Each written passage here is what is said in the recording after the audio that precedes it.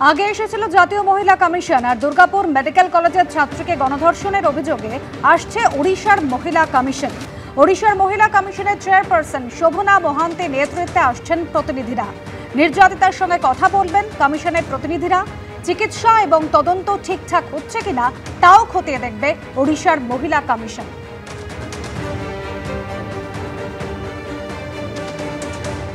मेरा टीम कल के आज हो तो कल भी हम टीम दुर्गापुर में पहुंचेगी। इंक्वायरी काम प्रॉपर पीड़िता के साथ काउंसलिंग करेंगे और प्रॉपर ट्रीटमेंट होता है कि नहीं दुर्गापुर में पीड़िता के साथ, वो इसको रिकमेंड करके गवर्नमेंट को देना चाहिए, देंगे। जो 3 आदमी अरेस्ट हुए, वो 2 दुर्बृत्त फरार है, इनको तुरंत अरेस्ट करिए, इनको सजा दीजिए। এক আরজিকর মেডিকেল কলেজের ঘটনার পরে রাজ্য সরকারের ভূমিকা কড়া সমালোচনার মুখে পড়েছিল। আর মমতা বন্দ্যোপাধ্যায় দুর্গাপুরে বেসরকারি যে মেডিকেল কলেজ সেখানে দ্বিতীয় বর্ষের এমবিবিএস পড়ুয়ার এই গণধর্ষণের অভিযোগ যখন সামনে এসেছে তখন তিনি প্রশ্ন তুলছেন, প্রাইভেট মেডিকেল কলেজগুলো নজর কেন রাখে না? রাত 12:30টায় বাইরে কিভাবে বেরোলো দেখুন। There is a forest area. So whatever I have received the prima facie report, and police is searching all the people, and nobody will be excused. Whoever is guilty, they will be punished strictly. 3 already arrested. Whatever the girls given the statement, it is a private college. The matter nobody is supporting. It is shocking. She was studying in a private medical college.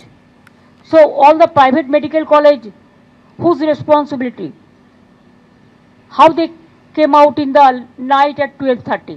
I am shocked to see the incident, but private medical colleges also is to take care for their students, and especially the girl child at night time.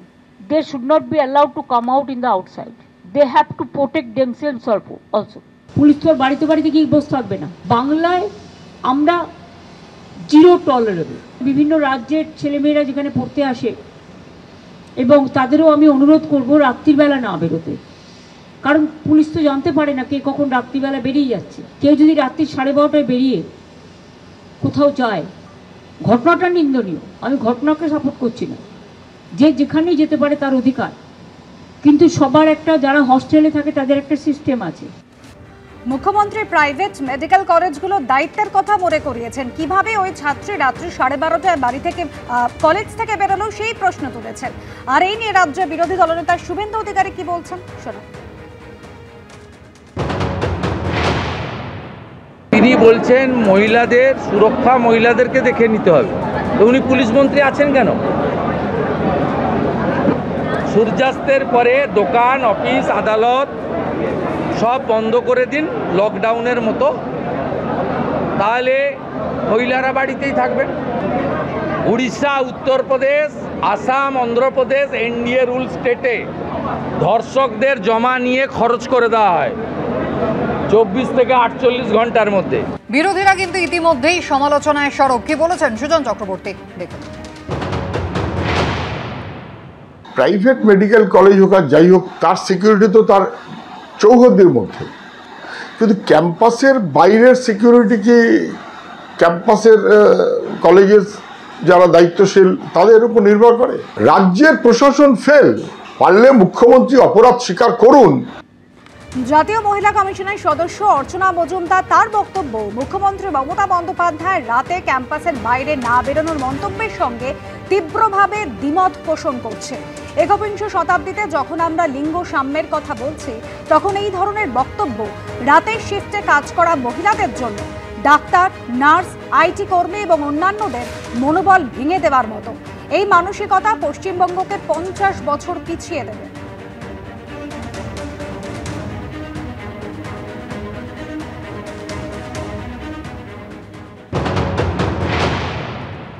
মেয়েদের এই যে উনি বলেছেন রাতের বেলা বেরোতে দেওয়া না দেওয়া বা ক্যাম্পাসের বাইরে না যাওয়া, এটা আমি একেবারেই মানতে পারছি না। একটা মেডিকেল কলেজে যে মেয়েটি ডাক্তারি পড়ে, সে ডাক্তার হবে, সে রাতের বেলা তাকে কি আপনি তালাচাবি মেরে ঘরে রেখে দেবেন আর সে ডাক্তারিটা রাতের বেলা করবে না? এটা হতে পারে না। আমরা জেন্ডার ইকুয়ালিটি, জেন্ডার সেন্সিটাইজেশন এবং পাওয়ার, মেয়েদের এম্পাওয়ারমেন্টের কথা বলি।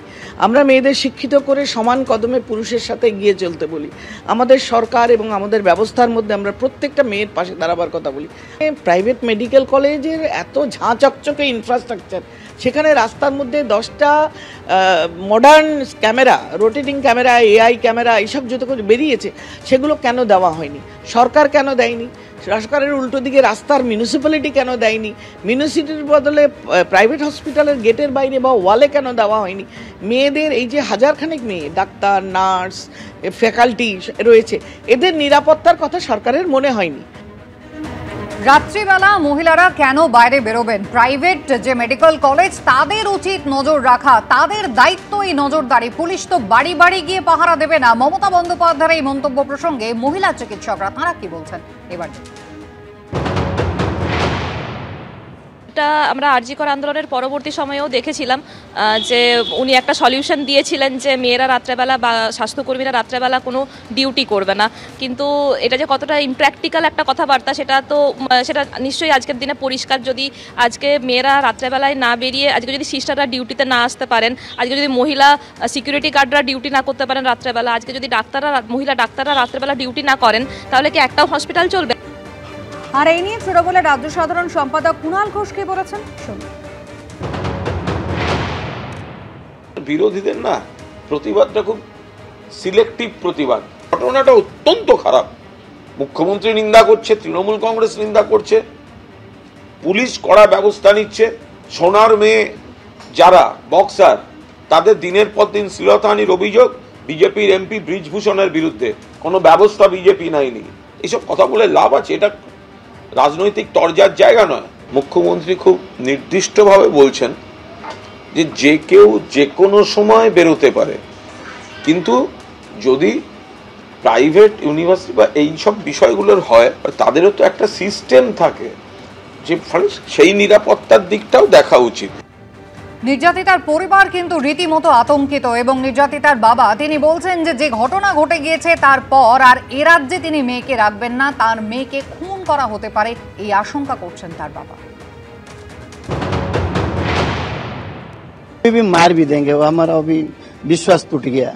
हम यहाँ से नहीं रखेंगे क्योंकि यहाँ पे सिक्योरिटी नहीं है, लड़की की सिक्योरिटी नहीं है। हम उसको, मेरा लड़की को शिफ्ट करके यहाँ से TC लेकर वहीं से एडमिशन करने के लिए हम रिक्वेस्ट किया। मिनिस्टर साहब को भी मैं रिक्वेस्ट किया, क्योंकि हम देख रहे जहाँ यहाँ लड़की सिक्योरिटी नहीं है, इसलिए हम उसको रिक्वेस्ट किया जहाँ हम हमारा भुवनेश्वर में हमारा लड़की को ले जाओ। वो आश्वासन दिया, ठीक है हम कोशिश करते हैं। चीफ मिनिस्टर साहब उड़ीसा का